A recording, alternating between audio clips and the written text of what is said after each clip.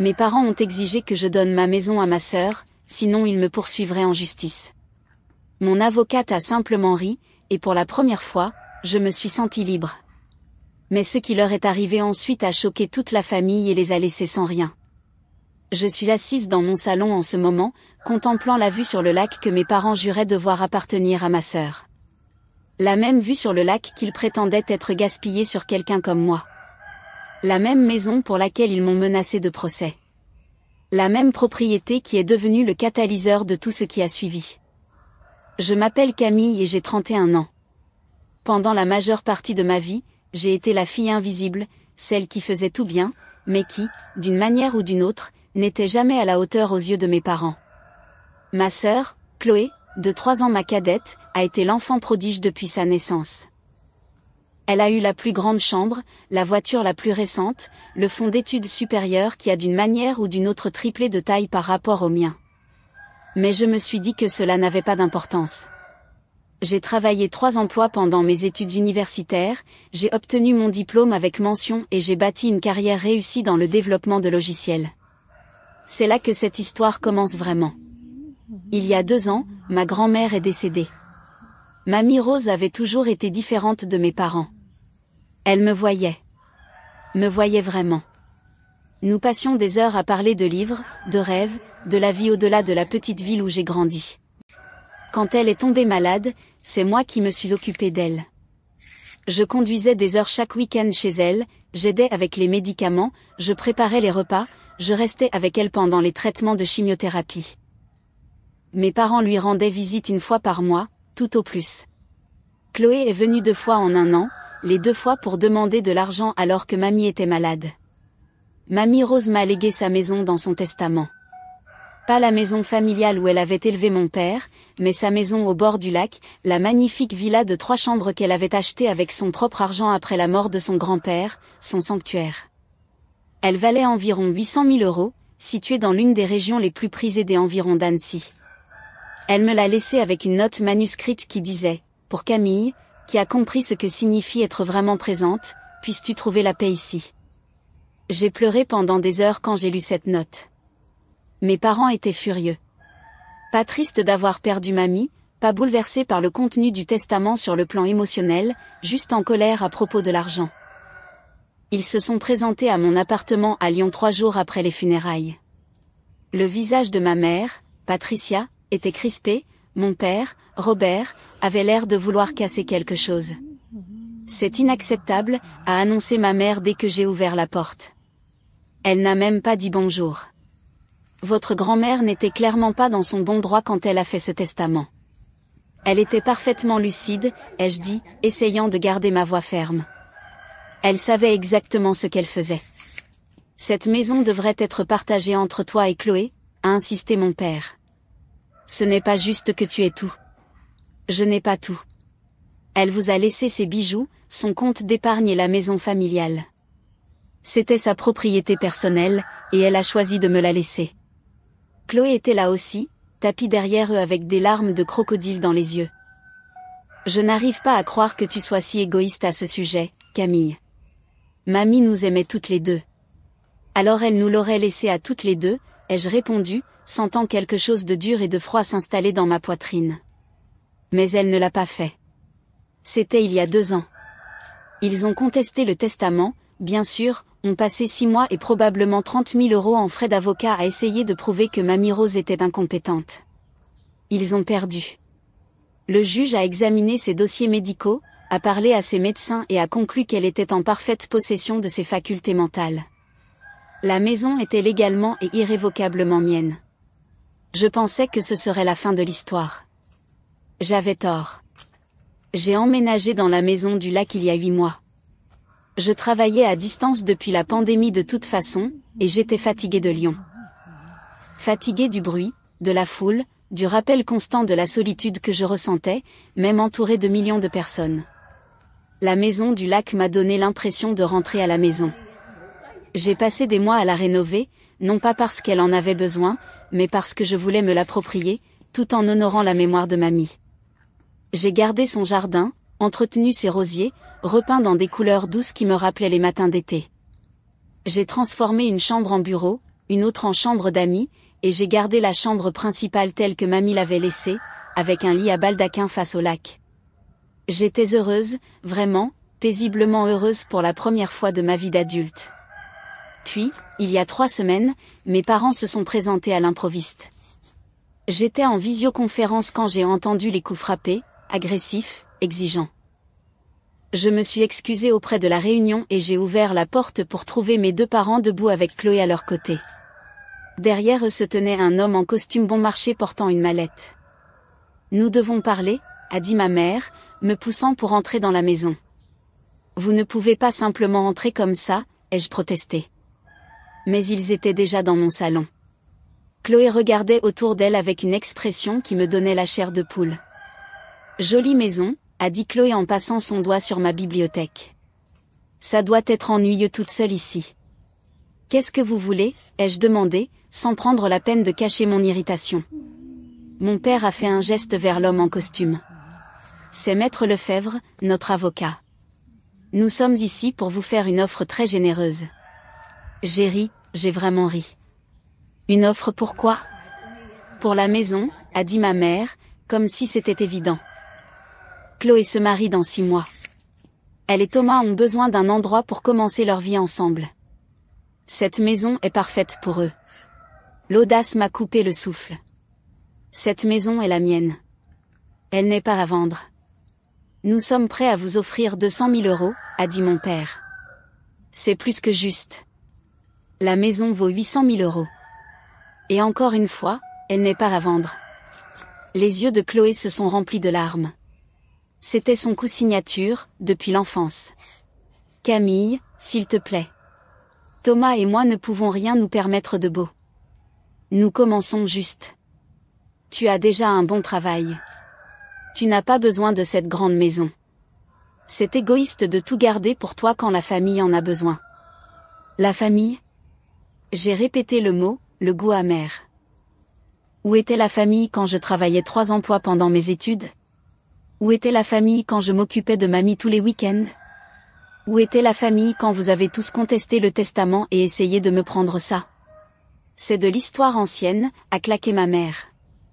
Nous sommes ici maintenant, essayant de faire ce qui est juste pour tout le monde.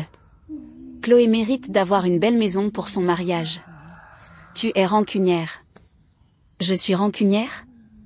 Je sentais ma voix monter. Vous vous présentez chez moi sans être invité avec un avocat m'offrant un quart de la valeur de cette propriété, et c'est moi qui suis rancunière ? Maître Lefebvre s'est raclé la gorge. Mademoiselle Dubois, nous devrions peut-être discuter de cela plus rationnellement.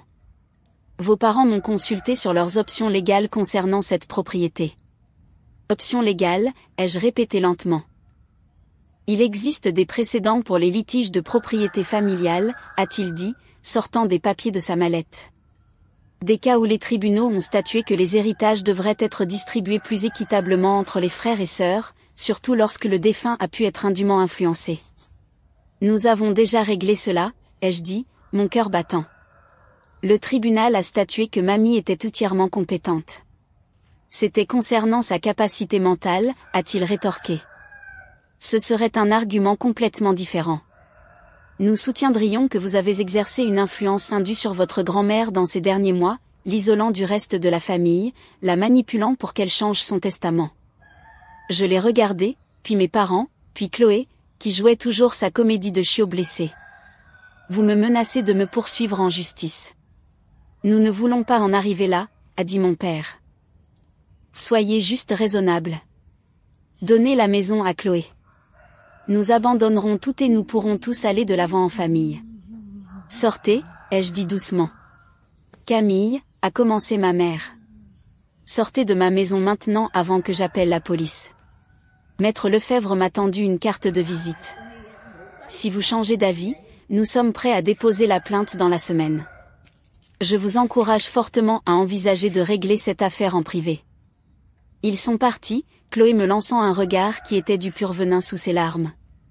Je suis restée dans mon pas de porte à les regarder partir en voiture, tremblant si fort que j'ai dû m'appuyer contre le cadre pour rester debout. J'ai appelé ma propre avocate le lendemain matin.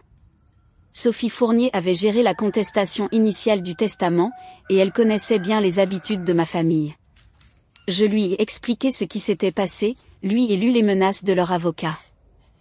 Elle a ri, elle a vraiment ri, ce son vif et joyeux que je ne comprenais pas. Camille, a-t-elle dit quand elle s'est calmée, ils n'ont aucune chance. Pas même proche. En fait, s'ils essaient de vous poursuivre avec cet argument, je peux presque garantir qu'ils feront face à des sanctions. Leur avocat devrait savoir mieux que d'intenter un procès frivole comme celui-ci. Mais il semble sérieux, ai-je dit, me sentant toujours tremblante.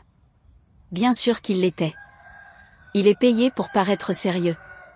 Mais une influence indue après qu'un tribunal ait déjà examiné la compétence de votre grand-mère et l'ait trouvée saine d'esprit, avec un écart de 2 ans entre le moment où elle a écrit le testament et le moment où elle est décédée, avec des dossiers médicaux montrant qu'elle était lucide jusqu'à la toute fin.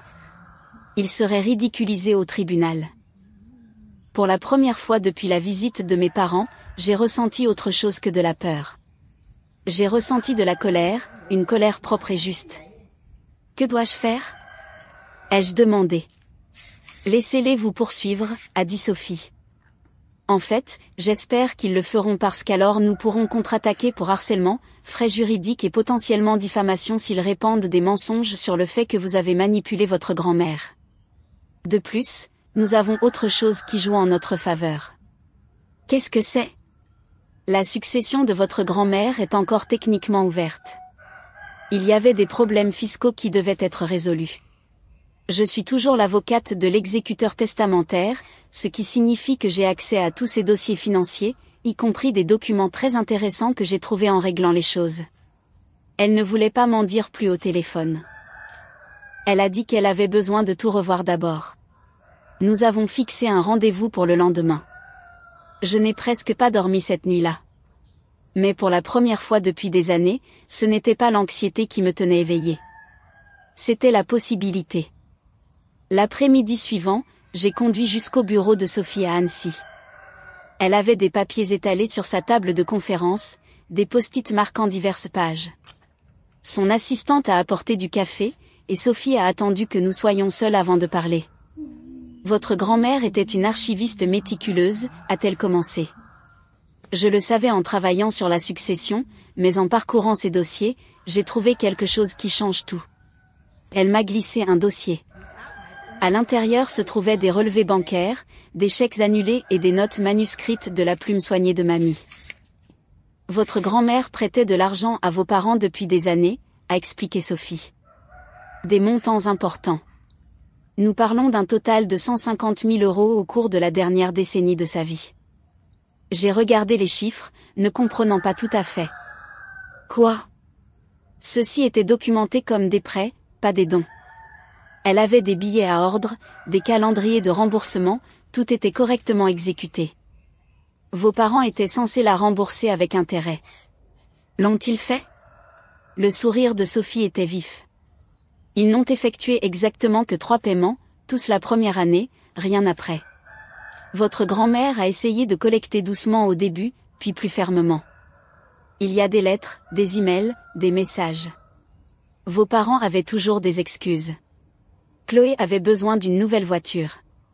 Il rénovait la cuisine.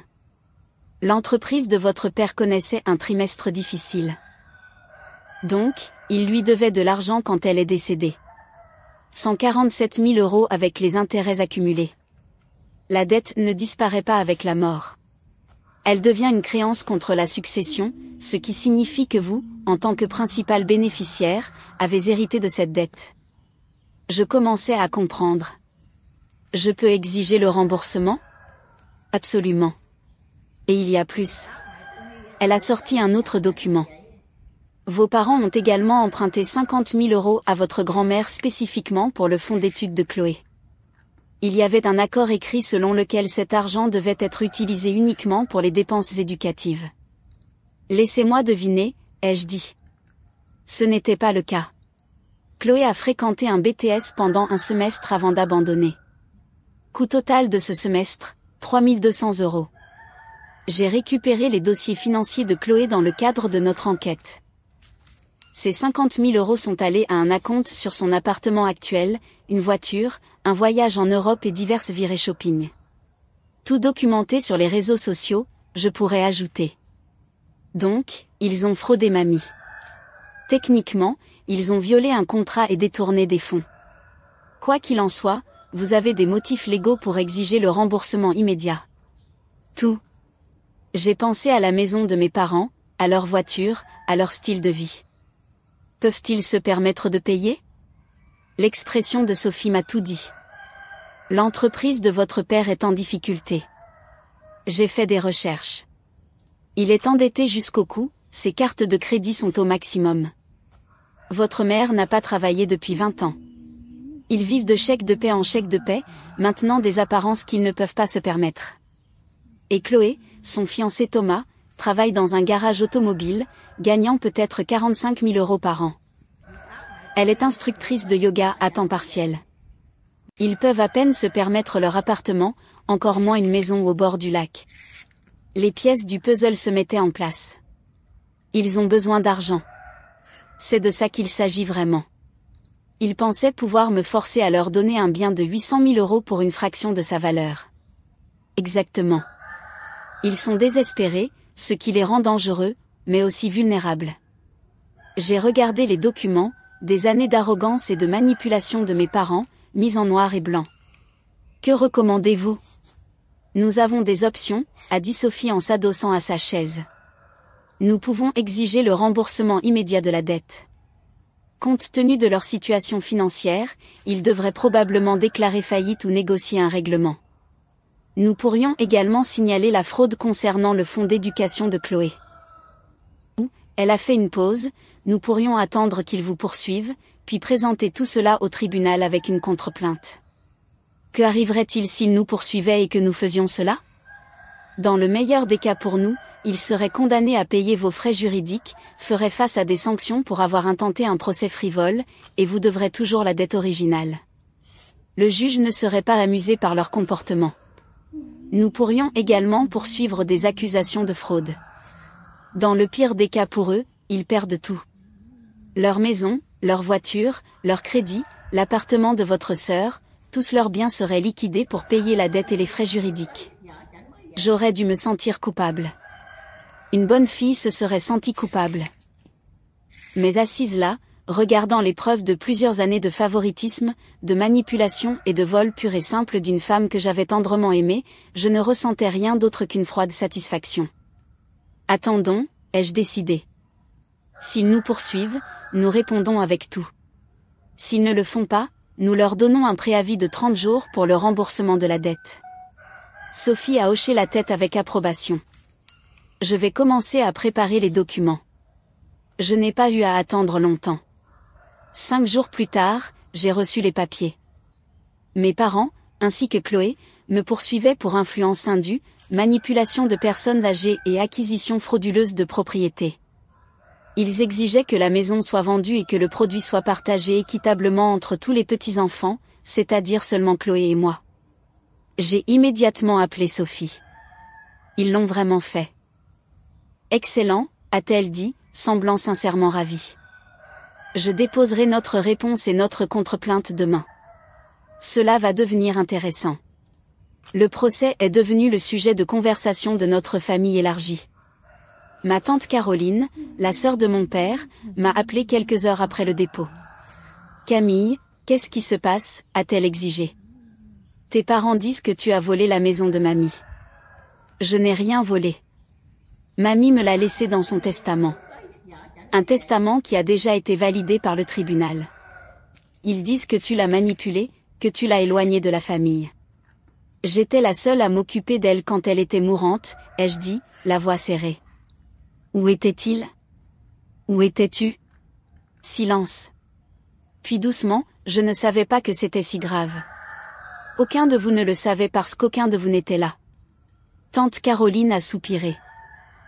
Ton père m'a appelé hier, m'a demandé si je pouvais lui prêter de l'argent pour le procès. J'ai dit, non. Il s'est mis très en colère. Il emprunte de l'argent à tout le monde depuis des années. J'ai dit, savais-tu qu'il devait près de 150 000 € à mamie? Un autre silence, plus long cette fois.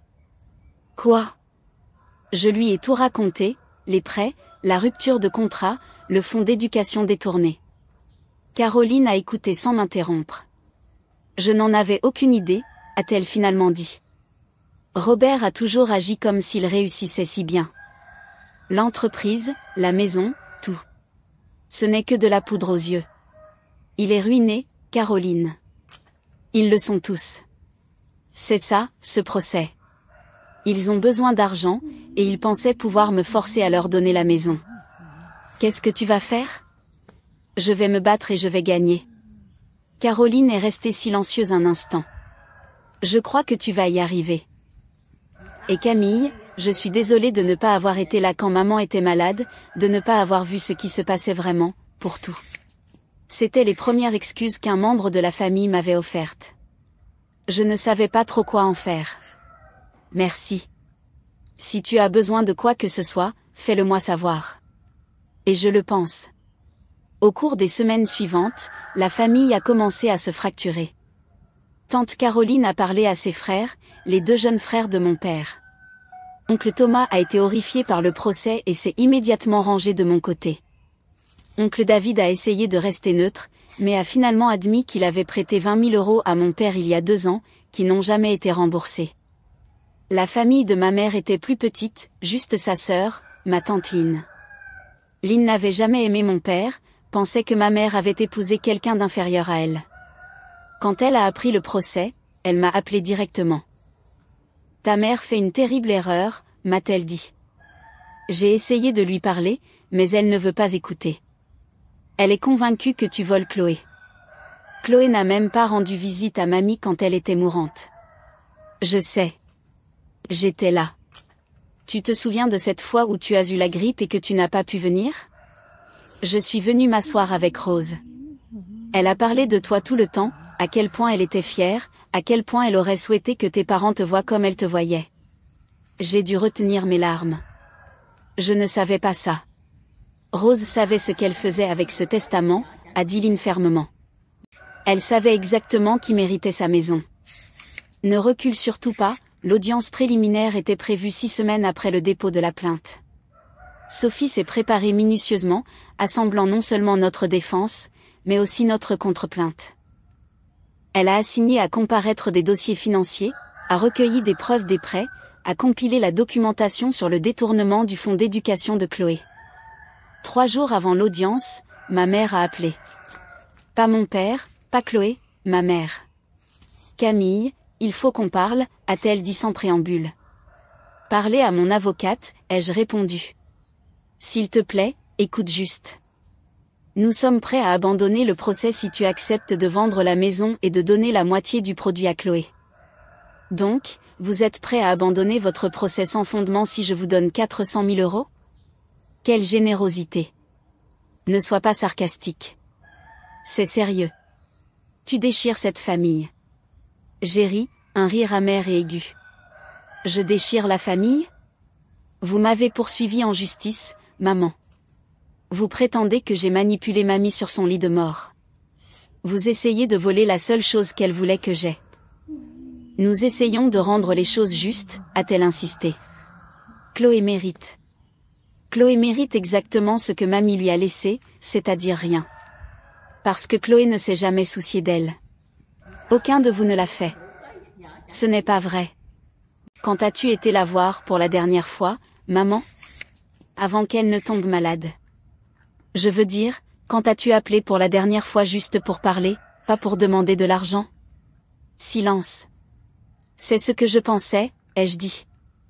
Rendez-vous au tribunal. J'ai raccroché avant qu'elle ne puisse répondre. L'audience a été tout ce que j'espérais et plus encore. Mes parents se sont présentés avec Maître Lefebvre, l'air confiant, Chloé portant une robe discrète et serrant la main de Thomas.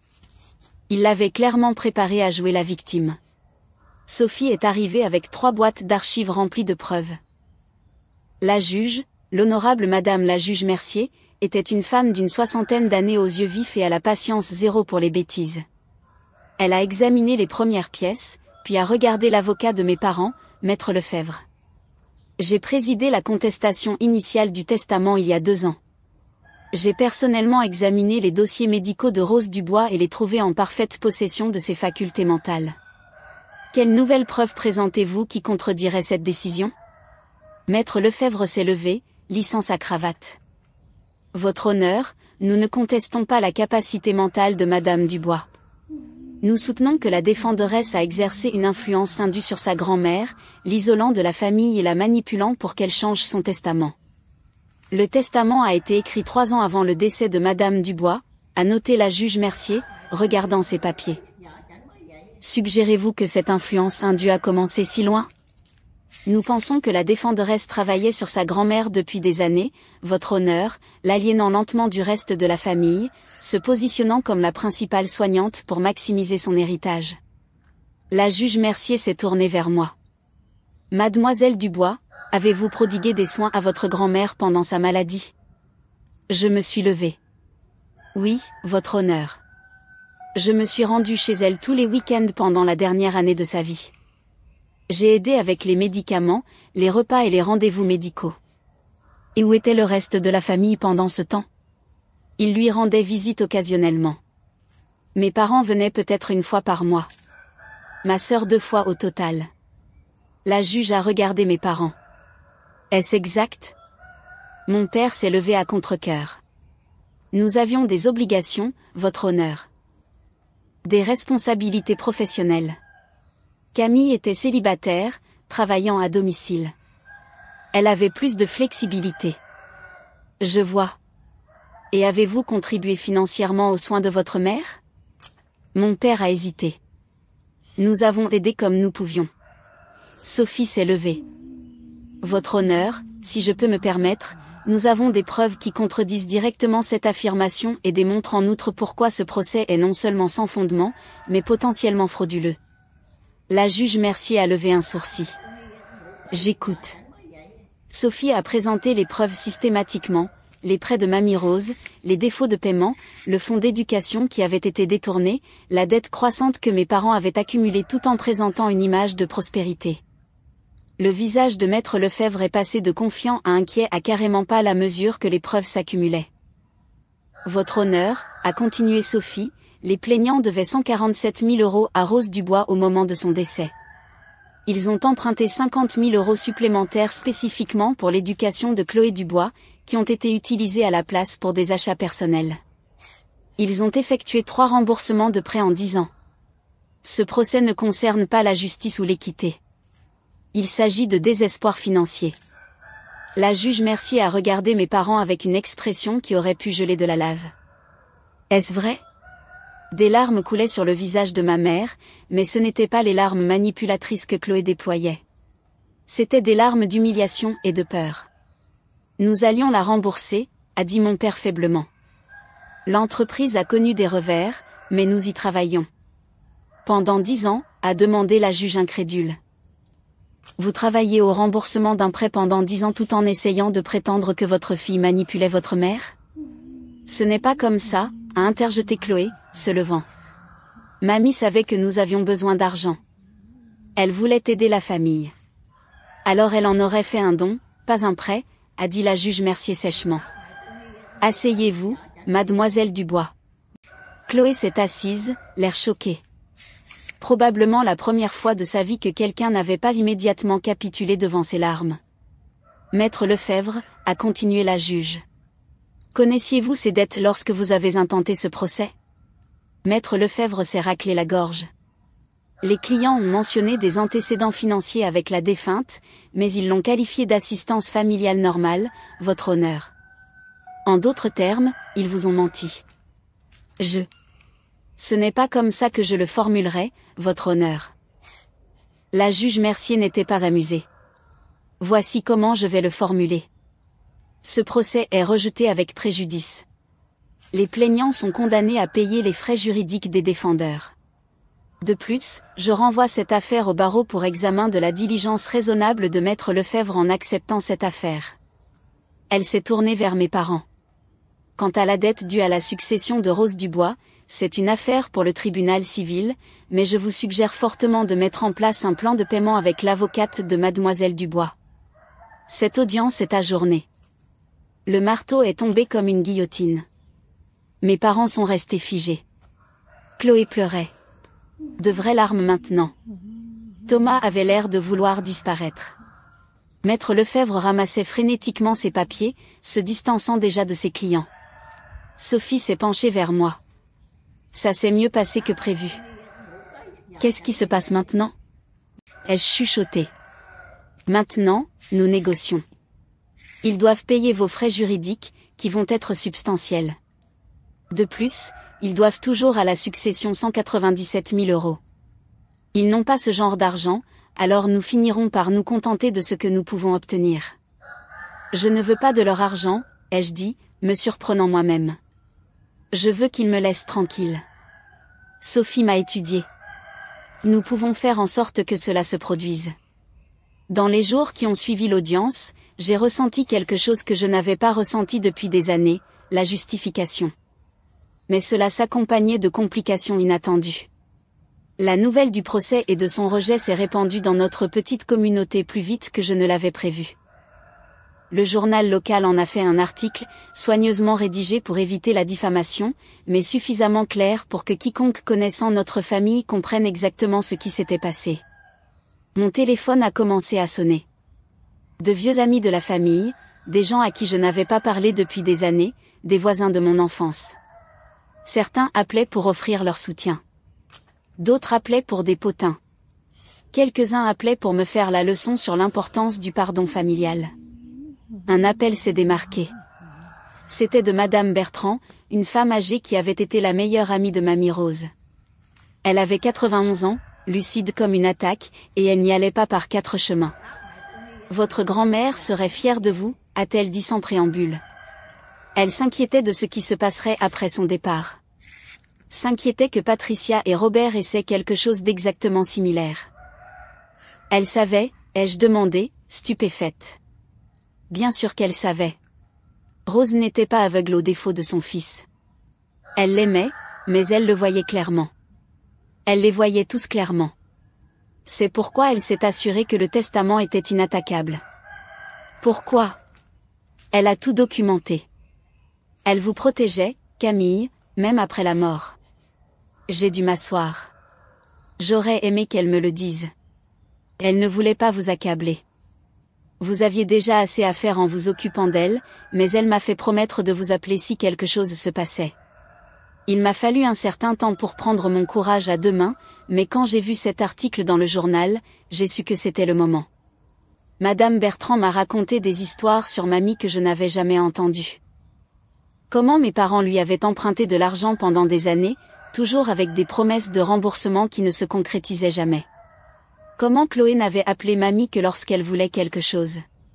Comment mamie avait discrètement commencé à tout documenter environ 5 ans avant sa mort, sentant que des problèmes allaient arriver. Elle a délibérément mis en place une piste papier, a expliqué Madame Bertrand. Chaque prêt documenté, chaque promesse enregistrée. Elle m'a dit un jour, si Robert et Patricia veulent se battre contre Camille après mon départ, elle aura les armes pour se défendre. Votre grand-mère était une femme stratégique. Après cet appel, j'ai compris toute l'étendue de ce que mamie avait fait pour moi. Ce n'était pas seulement la maison.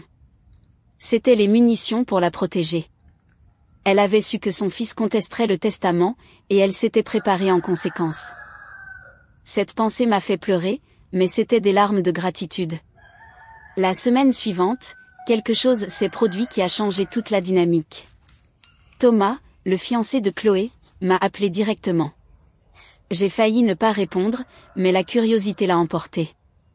Camille, s'il te plaît, ne raccroche pas, a-t-il dit rapidement. Il faut que je te parle de Chloé.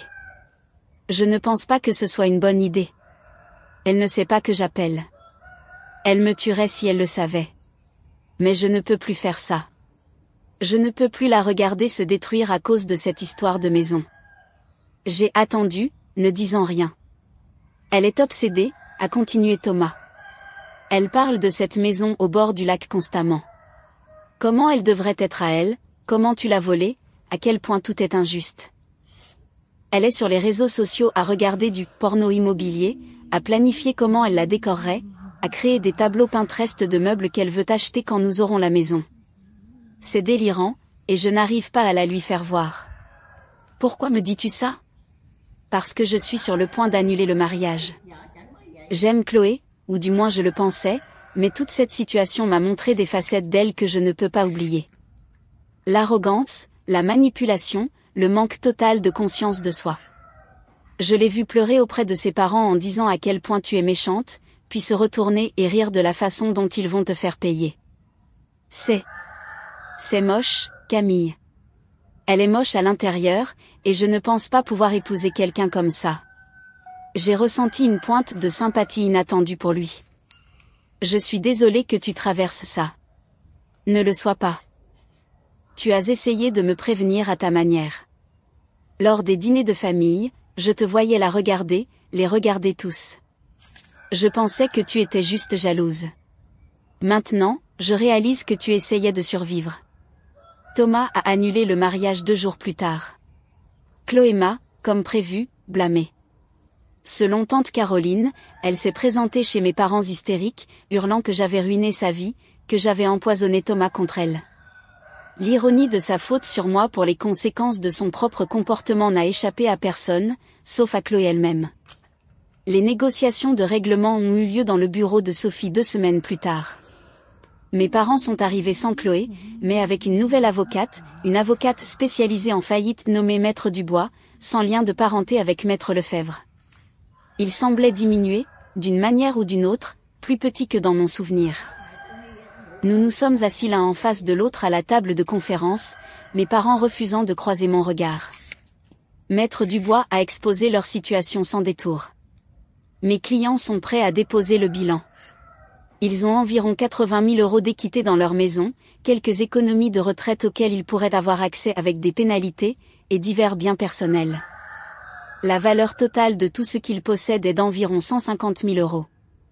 Ils doivent à la succession 197 000 €, a rétorqué Sophie, plus des frais juridiques de 45 000 €, qu'ils ne peuvent payer sans faillite. En cas de faillite, ces dettes seraient effacées, et mademoiselle Dubois ne recevrait qu'une partie de ce qui lui est dû en tant que créancière non garantie. J'ai regardé mes parents pendant que les avocates négociaient. Mon père semblait plus vieux que ses 60 ans. Les mains de ma mère tremblaient. J'ai pensé à Mamie Rose, aux heures que nous avions passées ensemble, à sa douce sagesse et à la vie qu'elle avait construite grâce à son propre travail acharné. Et Chloé, ai-je demandé soudainement. Tout le monde m'a regardé. Chloé a bénéficié du fonds d'éducation détourné, ai-je continué. Qu'est-ce qui lui arrive? Maître Dubois a jeté un coup d'œil à mes parents. Chloé n'est pas partie à cette procédure. Le prêt était destiné à vos parents, mais elle a reçu l'argent. L'acompte de l'appartement provenait de ce fonds. Sophie a compris ce que je pensais. Nous pourrions poursuivre Chloé séparément pour le retour de ces fonds. Ma mère a finalement parlé. S'il te plaît, ne fais pas ça. Chloé et Thomas viennent d'acheter cet appartement. Si tu les poursuis, ils le perdront. Comme vous avez essayé de me faire perdre la maison de mamie, ai-je demandé doucement. Mon père a levé la tête d'un coup. Nous étions désespérés. L'entreprise est en faillite. Nous nous noyons dans les dettes. Nous pensions que si nous pouvions juste avoir cette maison, la vendre, nous pourrions recommencer en prenant ce qui était à moi, ce que mamie voulait que j'aie. Nous avons fait une erreur, a murmuré ma mère. Une terrible erreur. Nous le voyons maintenant. Je les ai regardés. Je les ai vraiment regardés et j'ai essayé de trouver un sentiment d'affection filiale, un vestige d'amour. Il n'y avait rien. Juste le vide là où une famille aurait dû être. Voici mon offre, ai-je dit.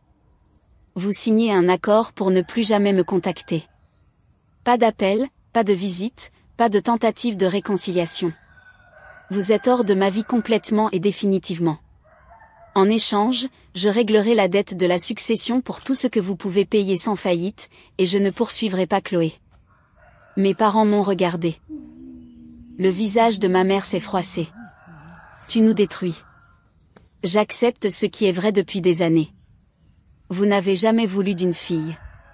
Vous vouliez un plan de secours, quelqu'un pour nettoyer vos gâchis et subventionner votre enfant chéri. J'en ai fini d'être cette personne. Camille, s'il te plaît, a commencé mon père. Ce sont mes conditions. Acceptez-les ou refusez-les. Maître Dubois a regardé mes parents. Après un long moment, mon père a hoché la tête. Ma mère pleurait, mais elle a hoché la tête aussi. Nous avons réglé les détails au cours de l'heure suivante. Mes parents liquideraient ce qu'ils pouvaient et paieraient 85 000 € à la succession. Ils signeraient un accord juridiquement contraignant pour ne jamais me contacter. En échange, je ne poursuivrai pas Chloé, ne chercherai pas à recouvrer davantage la dette et les libérerai des frais juridiques. Lorsque les papiers ont été signés, mes parents se sont levés pour partir. Ma mère a fait une pause à la porte. « J'espère que tu le regretteras un jour », a-t-elle dit, la voix emplie de larmes. J'ai croisé son regard. Je ne le ferai pas, ils sont partis. Je ne les ai plus jamais revus. Les suites ont été plus compliquées que la résolution. Tante Caroline a gardé le contact, respectant mes limites concernant mes parents, mais voulant maintenir notre relation. Oncle Thomas a envoyé une carte s'excusant de ne pas avoir vu ce qui se passait plus tôt. Tante Lynn a appelé chaque semaine pendant des mois, juste pour prendre des nouvelles. Chloé a essayé de me contacter une seule fois, 3 mois après le règlement. Elle a envoyé un long email plein de justifications et d'accusations, affirmant que j'avais détruit la famille, que j'étais froide et sans cœur, que mamie aurait honte de moi. Je l'ai supprimé sans répondre. L'argent du règlement a été versé dans un fonds de bourse d'études au lycée technique local au nom de Mamie Rose, spécifiquement pour les étudiants non traditionnels reprenant leurs études. La première bénéficiaire était une mère célibataire d'une 40aine d'années qui obtenait son diplôme d'infirmière. Mamie aurait adoré ça. Je vis toujours dans la maison du lac. Je l'ai entièrement faite mienne maintenant, ajoutant un solarium où je peux regarder l'eau, modernisant la cuisine, transformant le jardin en quelque chose qui honore la mémoire de mamie tout en reflétant mes propres goûts. Je travaille d'ici, me promène sur la plage tous les matins et j'ai lentement construit une vie qui me semble authentique. J'ai des amis en ville, des gens qui me connaissent comme Camille, la femme qui vit dans la maison bleue au bord du lac, et non comme la fille ou la sœur de quelqu'un. J'ai eu des relations, bien que rien de sérieux pour l'instant. J'ai appris à faire du kayak et je me suis mise à la photographie. J'ai écrit un blog sur l'aide aux personnes âgées qui a rencontré un succès surprenant. J'ai appris à être seule sans être solitaire. Parfois, les matins calmes, quand le lac est lisse comme un miroir et que le soleil se lève, je m'assois sur le quai avec mon café et je pense à Mamie Rose. Je pense à sa force, à sa clarté, à sa certitude absolue de qui j'étais et de qui je pouvais devenir. Je pense au cadeau qu'elle m'a fait, non seulement la maison, mais la permission de me choisir. Merci, ai-je murmuré à l'eau, au matin, à sa mémoire. Merci de m'avoir vue. La maison se dresse derrière moi, solide et belle, mienne dans tous les sens du terme. Non pas parce que je me suis battue pour elle, même si je l'ai fait. Non pas parce que j'ai gagné, même si je l'ai fait aussi. Mais parce que quelqu'un qui m'aimait vraiment voulait que j'aie un endroit où j'appartenais.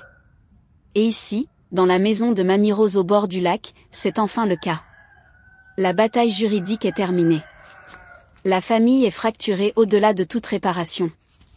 Mes parents ont perdu leur style de vie confortable, leur fille et leur dignité. Chloé a perdu son piédestal et son filet de sécurité.